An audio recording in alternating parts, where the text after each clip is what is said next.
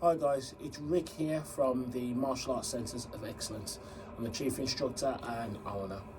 Now, I want to talk to you about accountability today and why you should be the accountability partner for your son or daughter, your children. It's important that you kind of hold them accountable for their actions and what they do, and it's important for their success going forward. I'm sure you'll agree.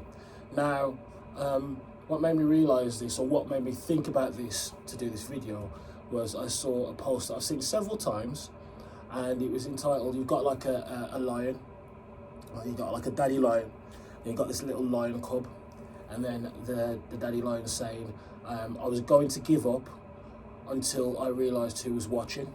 And that really resonated with me because I've got two sons. One's 10 and the other one is 4. And it's exactly the same with me. So like, before I had my boys, I was accountable to my wife, yes, and I was accountable to my students. But the level of accountability went like through the roof as soon as I had my sons, because my thought process was they're going to look at me as a man, and whatever I do, that's setting the benchmark for them to show them how to conduct themselves as a man when they grow up. So if they see me smoking, drinking, getting into fights, or anything like that, being horrible to people, abusive to people, I don't do any of that, by the way, then they'll think it's kind of, or they could possibly think growing up that it's the thing to do. That's how you are conduct yourself as a man. So it made me really think about how I conduct myself, how I talk in front of them, things like that I do, because I want to set a very good example for them, so they grow up to be like responsible men, yeah, and not just boys. I want them to be like really responsible men, and thankfully it's working so far. Right now, none of us are perfect, but you're going to try your very best. So I thought I'd go for a few things and a few reasons why it's important for you to be the accountability partner for your son or daughter or your children. All right. So, first thing, I think that it's important to tell your kids what they need to hear, not what they want to hear. Simply because in today's kind of, I don't want to say fluffy society, where everybody's a winner and that kind of thing, having that kind of upbringing in society and community where everybody's a winner and everybody's fine, everybody's okay, blah, blah, blah, then they have to deal with the rubbish of life. It's a big shock to them, okay? It could be a big shock to them. So my boys always tell them what they need to hear, not what they always want to hear, okay? Tell them what's in their best interest. Be honest with them. Obviously, you're going to kind of save their feelings and consider their feelings, and there's a way of doing that, which we'll talk about in a second. But yeah, tell them what they need to hear, not what they want to hear. Next thing is keep them on track. Get them to set goals and stick to them. Nowadays, we have kind of a quitter's mentality. So people will jump into things and then quit it 5 minutes later. It's like, oh yeah, I'll start this, I'll stop it. I'll start the homework, I'll stop it, I'll do it later. That kind of mentality. Now, a quitter's mentality is a learned trait. So if you are allowing your son or daughter to quit things easily for minor excuses, without really trying it and trying things out properly and investigating things properly, then this is going to lead on to everything from relationships with friends to relationships with partners in the future, to jobs. So I think it's important to kind of, when I'm talking from a martial art perspective, when kids start anything, doesn't matter whether they start their homework at 7 o'clock to be done by 7:30, or whether it's starting a hobby like martial arts, if they start it, get them to commit to it and stick to it. It's just one of the many traits that will take them really far in life. Okay, nobody has got anywhere in life without being committed to it. We all know this. The next thing is, don't assume that kids know about commitment or understand it. Don't assume that just because they say, yes, I want to stick to it, I promise I want to stick to it, that they will. What you need to do is you need to set ground rules, and you need to set it as habit that when you start something, you see it through and you give it a chance. Give them time.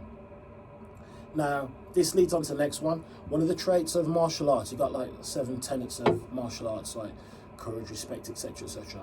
One is indomitable spirit, the never give up attitude, the never never back down kind of attitude. Doesn't matter how tough things are, keep trying, keep trying, keep trying.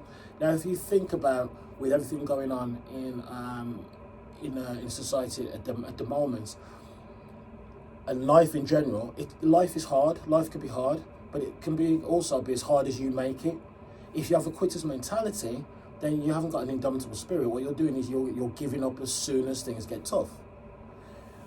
Get your son or daughter to embrace challenge, to embrace adversity, right? So when things get hard, instead of being down on it or being, oh no, it's hard, blah, blah, blah, blah, embrace the challenge, because you learn more from failures and setbacks than you do from wins. You always do. So sometimes the best thing that can happen to somebody is they lose, because they learn from the process and they grow from it, which means when they succeed, after again, if they continue and try and use an indomitable spirit, then they get further than they did before. So indomitable spirit is a strong one, okay? And never give up attitude. So we've got a few steps that I think will help as well. So the first one is be informed, be in the know. It's not amazing when parents don't actually know what's going on with what their child is doing. Things like, if you're saying stuff like, oh, I didn't know they had homework to the teachers. I didn't know they had a belt testing. I didn't know that there was that workshop. I didn't know they had to wear this. I didn't know that they were part of this and not part of that. I didn't know that this. Then you're kind of failing in that area of being informed. You need to know what your son or daughter is doing. You should take an interest in what they're doing. If you don't, then there's something wrong. If you're not taking interest and you're not informed, then you're not talking to either the child, if they're old enough, or talking to their instructors, their teachers, their scout leaders, whoever it is. Okay, be informed. Second thing is to be involved. Now, that doesn't mean you need to do the same hobby as your son or daughter, but it does mean that you need to talk to people and be involved, so you understand the process and understand what they're going through. If you don't understand what they're going through, you can't gauge when they're saying that they want to stop, quit, pause for 6 minutes, 6 weeks or whatever. You can't understand what they're going through or their needs surrounding that, or worse still, if it's actually good for them. Okay, get involved and stay informed. The next thing is give them time to grow, learn and adapt. Instead of letting them start in a hobby or an activity and then stopping 5 minutes later because, like, oh, I want to do boxing, oh, I want to go and play chess, oh, I want to do badminton. That's just a lot of things that they're going to do in short periods of times and not stay within any one of them to grow, learn and adapt and develop the attributes that will help them long term. Give them time to grow, learn and adapt. This is an important one. Ask questions. You should always ask questions. Ask your son or daughter questions. Ask the instructors. Ask the activity leaders questions. Ask your friends questions. So ask questions of whatever activity they're doing. It doesn't matter what it is. If you expect them to be committed, then ask questions. What I've already said is value setbacks, because from setbacks you'll learn.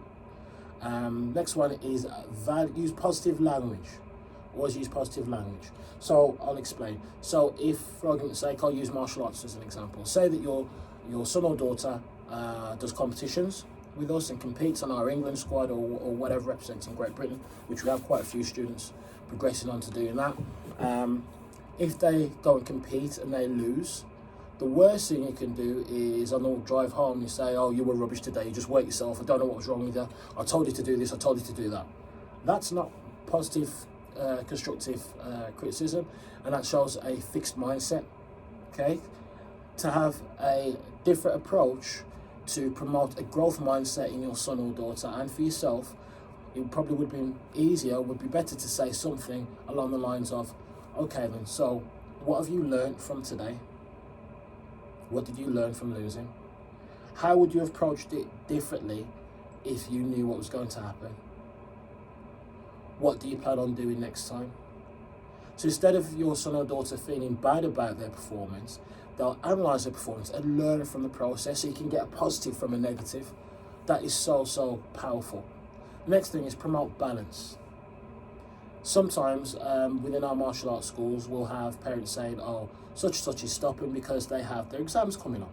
Now, I understand this. I've been to university, I've done several courses, did my A-levels, did GCSEs, etc.